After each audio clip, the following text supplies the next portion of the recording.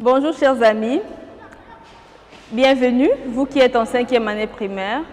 Je suis très contente de savoir que vous êtes là pour pouvoir suivre votre cours de français grammaire. Français grammaire.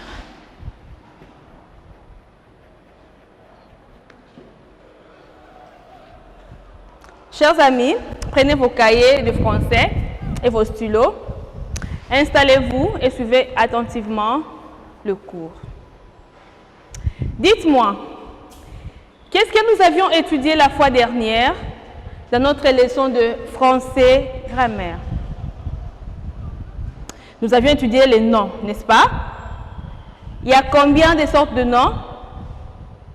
Nous en avons deux. Il y a le nom propre ainsi que le nom commun. Alors, citez-moi ou donnez quelques noms communs de personnes, des animaux ou de choses. Donnez 5 noms communs de personnes, des animaux ou de choses. Les noms communs de personnes, des animaux ou des choses. On peut commencer par vous-même là. Vous êtes élève, n'est-ce pas? Ok, c'est un nom commun.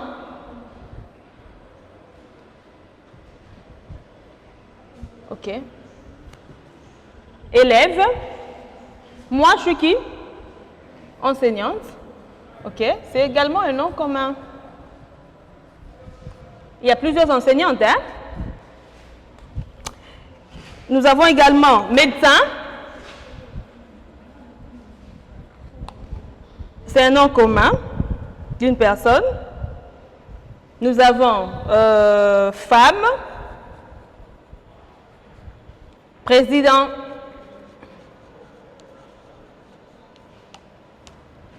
ok, on peut mettre l'article, hein? L'enseignant, l'élève, le médecin, la femme, le président. Ce sont des noms communs des personnes. Les noms communs des choses, le coq, pardon, les noms communs de choses, le crayon, ok, le stylo que vous avez là, le cahier, la gomme, le téléphone, ce sont des noms communs des choses. Les noms communs des animaux, le coq, la chèvre, le mouton, le lapin, le canard, le chien, voilà. Ce sont les noms communs des choses. Maintenant, pour les noms propres des personnes, on peut citer les noms propres des personnes. Les noms propres des personnes. Sila, par exemple, c'est un nom propre. Mobutu. Mobutu. Mobutu. Quel autre nom propre? Kabila. Prenons Kabila aussi, hein? Kabila. Quoi encore? Manza. Manza, lui, il est dans notre texte, le premier texte qu'on a étudié, donc il est d'actualité, hein? On ne doit pas l'oublier. Manza. Qui encore? Mutombo. C'est aussi un nom propre d'une personne. Maintenant, chers amis, je voulais également qu'on accentue. La fois dernière, on avait dit que les noms communs commencent généralement par un déterminant, hein, par un article. Mais ces derniers temps aussi, il y a des noms propres qui commencent aussi par le déterminant. Par exemple, Mobutu. Dans la famille Mobutu, on trouve plusieurs Mobutu, non? Il y a des enfants, il a ses enfants qui eux aussi s'appellent Mobutu, Saddam, Mobutu, je ne sais pas moi qui. Alors s'ils sont là nombreux, on peut leur appeler les Mobutu. Voilà, on peut mettre ça au pluriel. On peut aussi mettre le S, hein? Non, hein? On ne met pas le S là-bas. Là, on ne met pas le S, mais le déterminant doit être pluriel, voilà. Au fait, pour parler de plusieurs personnes qui portent le même nom propre, n'est-ce pas? Voilà, les noms propres de personnes. Il y a également le nom propre des animaux, par exemple, Milou, Minouche, Kiki, Bouba, ce sont les noms propres des animaux. Et le nom propre des choses, par exemple, la RDC. C'est un nom propre du pays. Kassai, c'est un nom propre du pays. Voilà. Alors, chers amis, nous avons compris les noms que nous avions étudiés la fois passée, n'est-ce pas? Vous avez très bien révisé. Je suis très contente. Là, je comprends que la leçon a été bien assimilée. Maintenant, observez très bien les phrases que je vais mettre au tableau. OK? Là, maintenant, observez très bien. Numéro 1. Pendant que je suis en train d'écrire, je vous demande de pouvoir lire silencieusement. Silencieusement.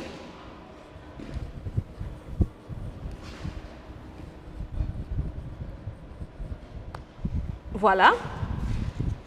Ça, c'est la première phrase. La deuxième phrase.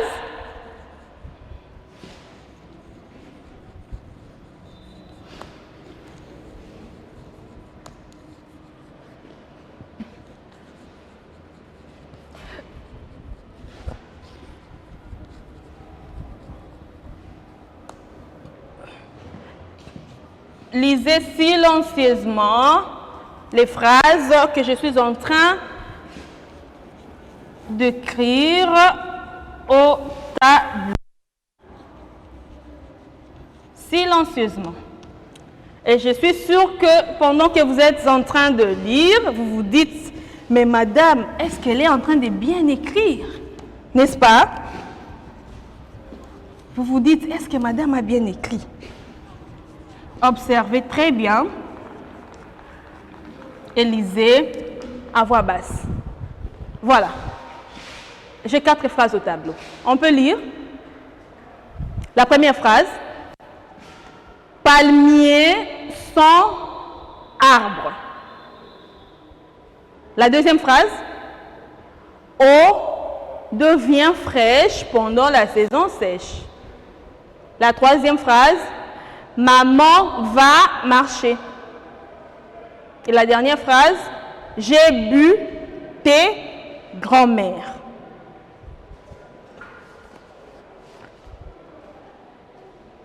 Dites-moi, ces phrases sont correctes, sont complètes. Qu'est-ce qui manque dans ces phrases-là? Eh bien, il y a des mots qui manquent. Alors, on peut ajouter des mots qui manquent là.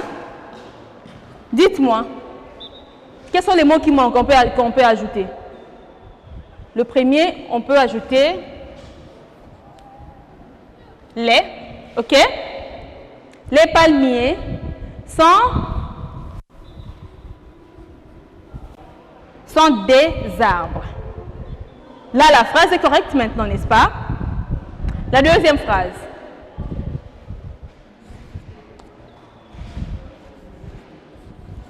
Ok? L'eau devient fraîche pendant... ici il y a déjà là, hein? Ok. Pendant la saison sèche. Numéro 3. Maman va marcher. C'est pas intéressant. Qu'est-ce qu'on doit ajouter? Eau. Maman va au marché. Quatrième phrase. J'ai bu thé grand-mère. C'est pas intéressant. On va ajouter j'ai bu du thé de la grand-mère. D'accord, les amis? Là, maintenant, il y a un sens. Alors, dites-moi, quelle est la nature de ces mots-là? Quelle est sa nature?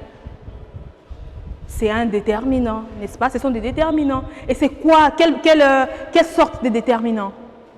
Ce sont des articles. C'est ça le sujet de notre leçon.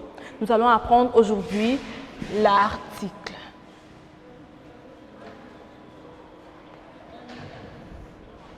Voilà. Chers amis, quand vous avez regardé ces phrases-là sans article, n'est-ce pas que ce n'était pas intéressant? Donc, l'article a son importance dans la phrase, n'est-ce pas? Alors, qu'est-ce que nous allons dire par là?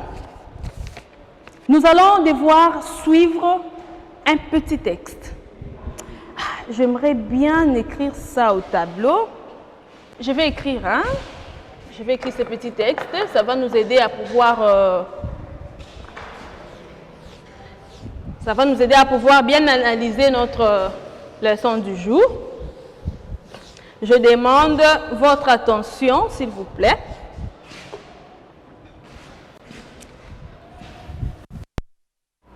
Manza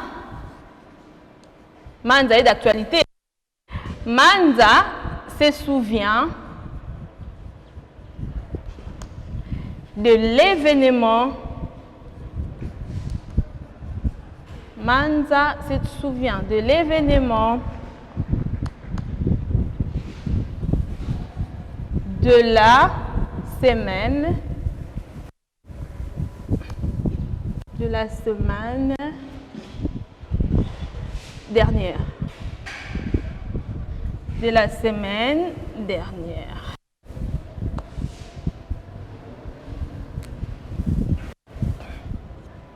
Manza se souvient de l'événement de la semaine dernière. Les habitants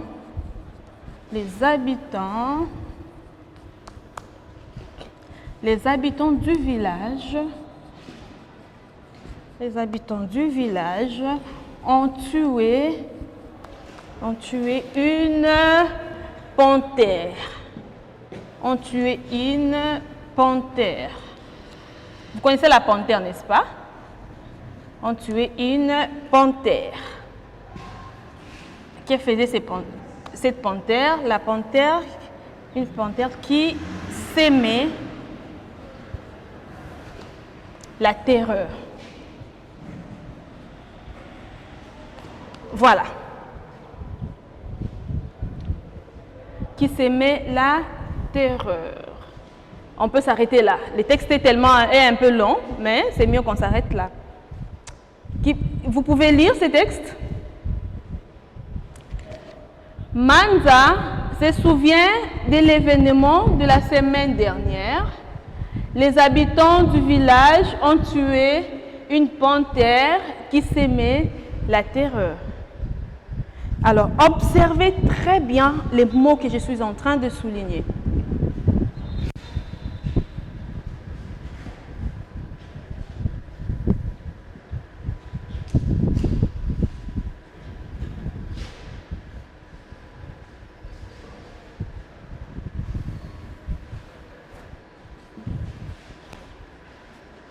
Voilà.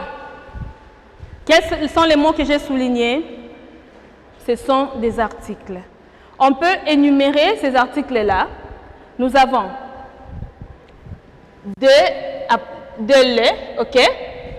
De la, les, du, une, la. Il y en a plusieurs. Hein? Si on avait continué notre texte, on allait voir encore. Vous pouvez regarder si vous avez votre livre de pratique français 5e.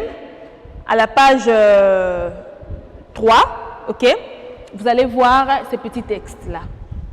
Alors, il y a des articles-là que nous venons de relever. Nous avons ça,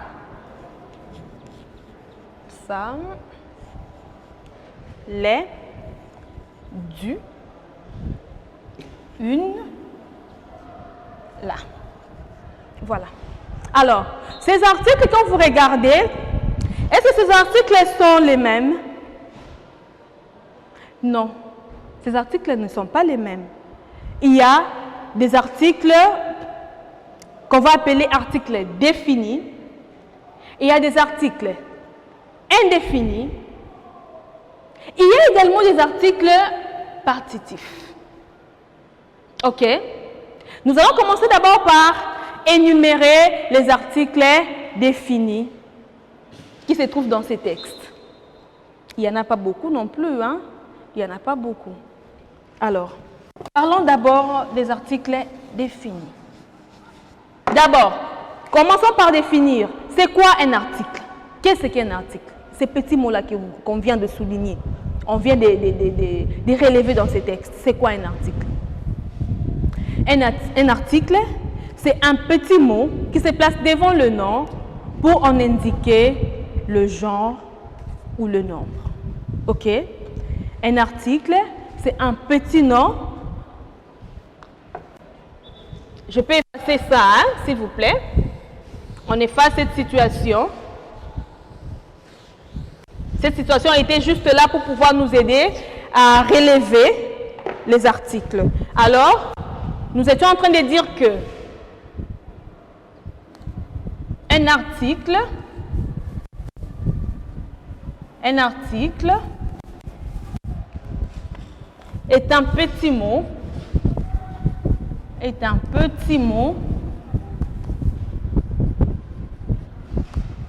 qui se place.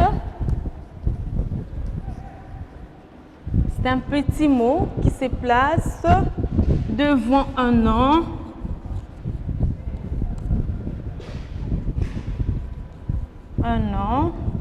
pour en indiquer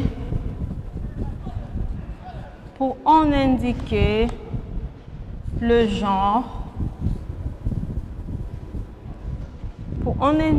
genre, et le nombre. Voilà. Nous avions dit que on distingue 3 sortes d'articles. OK? On distingue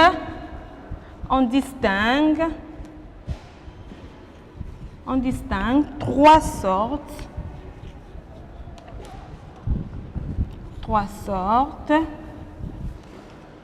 d'articles.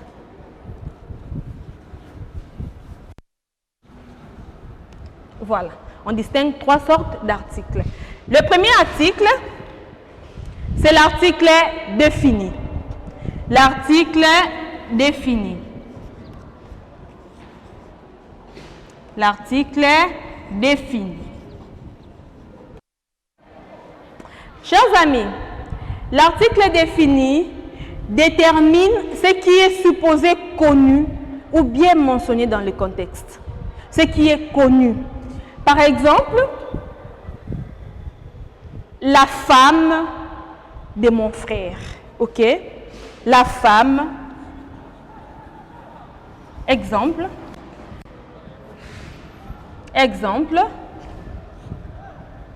La femme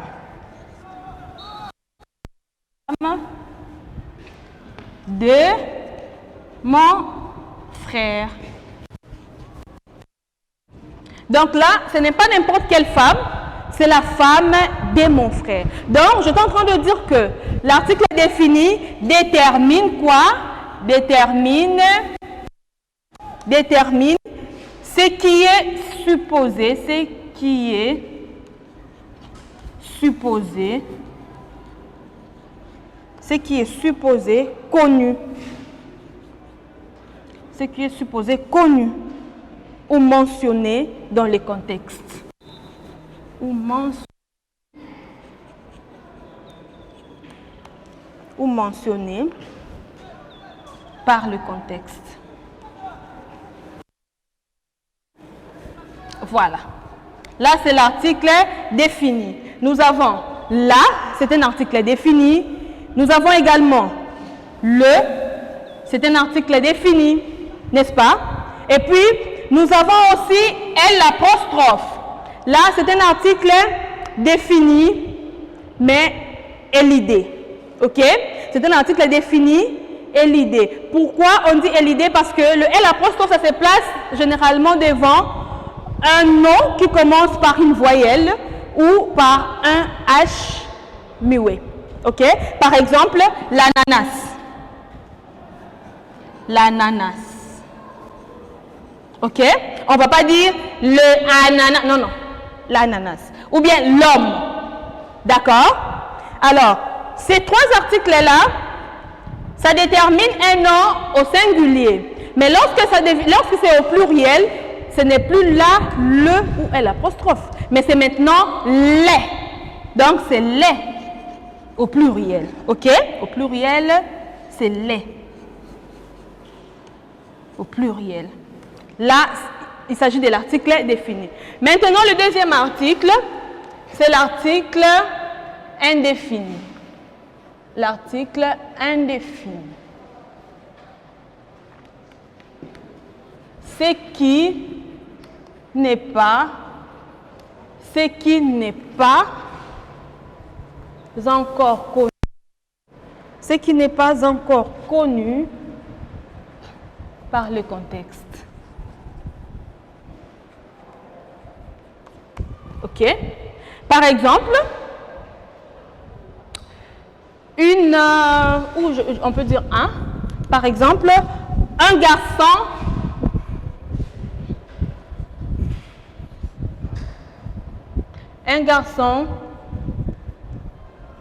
garçon joue dans la cour. Un garçon joue dans la cour. Un garçon, ce n'est pas déterminé, ok? On n'a pas dit exactement de quel garçon il s'agit. Alors, on appelle ça article indéfini, ok? Il y a un pour le masculin et puis une pour le féminin, ok? Et maintenant, pour le pluriel, là, c'est un pour le masculin, une pour le féminin, singulier, bien sûr. Masculin, singulier, féminin, singulier. Et maintenant, quand il s'agit du pluriel, on ne parle plus de un, ni on ne parle pas de un, bien sûr, on parlait de des. Le des, là, c'est pour les pluriels. D'accord? Alors, à part l'article indéfini, nous avons également l'article partitif. Article partitif.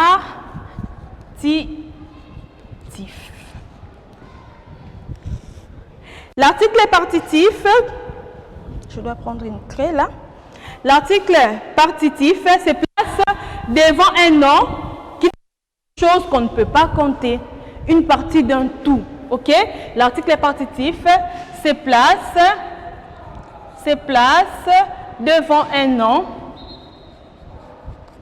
Se place devant un nom qui désigne une chose qu'on ne peut pas compter. Qu'on ne peut pas compter. Par exemple, qu'est-ce qu'on ne peut pas compter que vous connaissez? Du sucre, par exemple. Du sucre, du riz, du sel. OK? On ne peut pas compter. Là, c'est l'article partitif, n'est-ce pas? Alors, chers amis, nous venons de voir 3 sortes d'articles. OK? Alors, si par exemple quelqu'un vous demandait c'est quoi un article? Un article, c'est un petit mot variable qui se place devant un nom pour en indiquer le genre et le nombre. Nous avons combien de sortes d'articles? Nous en avons 3. Nous allons faire un petit exercice. Taille crayon, numéro 2. Insecte, numéro 3. Travail manuel.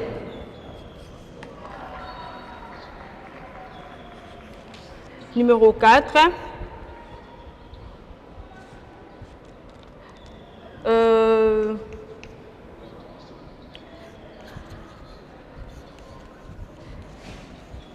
Papa de Loukeni.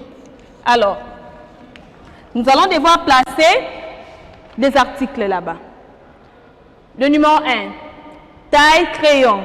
Quel article nous allons placer là-bas? Là, la taille crayon. Numéro 2, insecte. Quel article? L'article indéfini, un insecte. Un insecte. Numéro 3, travail manuel. Quel article? L'article est défini, parce que ce n'est pas n'importe quel travail, hein, c'est le travail manuel. Et numéro 4, papa de Loukeni. Quel article? Article défini aussi. Le papa de Loukeni. n'est-ce pas? Alors, chers amis, nous allons donner un devoir. Nous allons donner un devoir. Complète les phrases. Complète les phrases suivantes. Complète les phrases suivantes avec un article qui lui convient.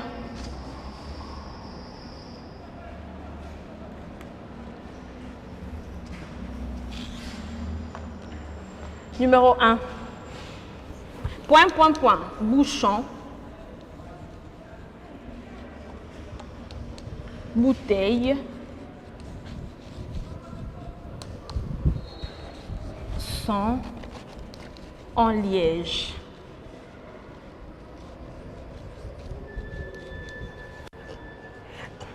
Numéro 2.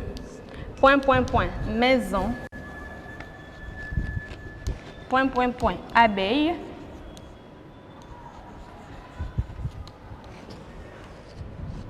S'appelle.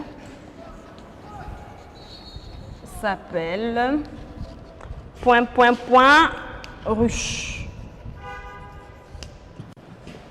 Numéro 3. Point, point, point. Champ. Point, point, point. Coq. Appel.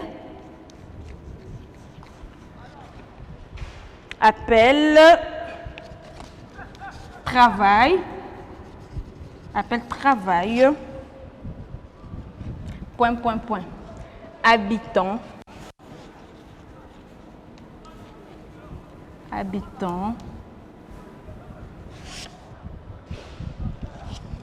Point, point, point. Campagne.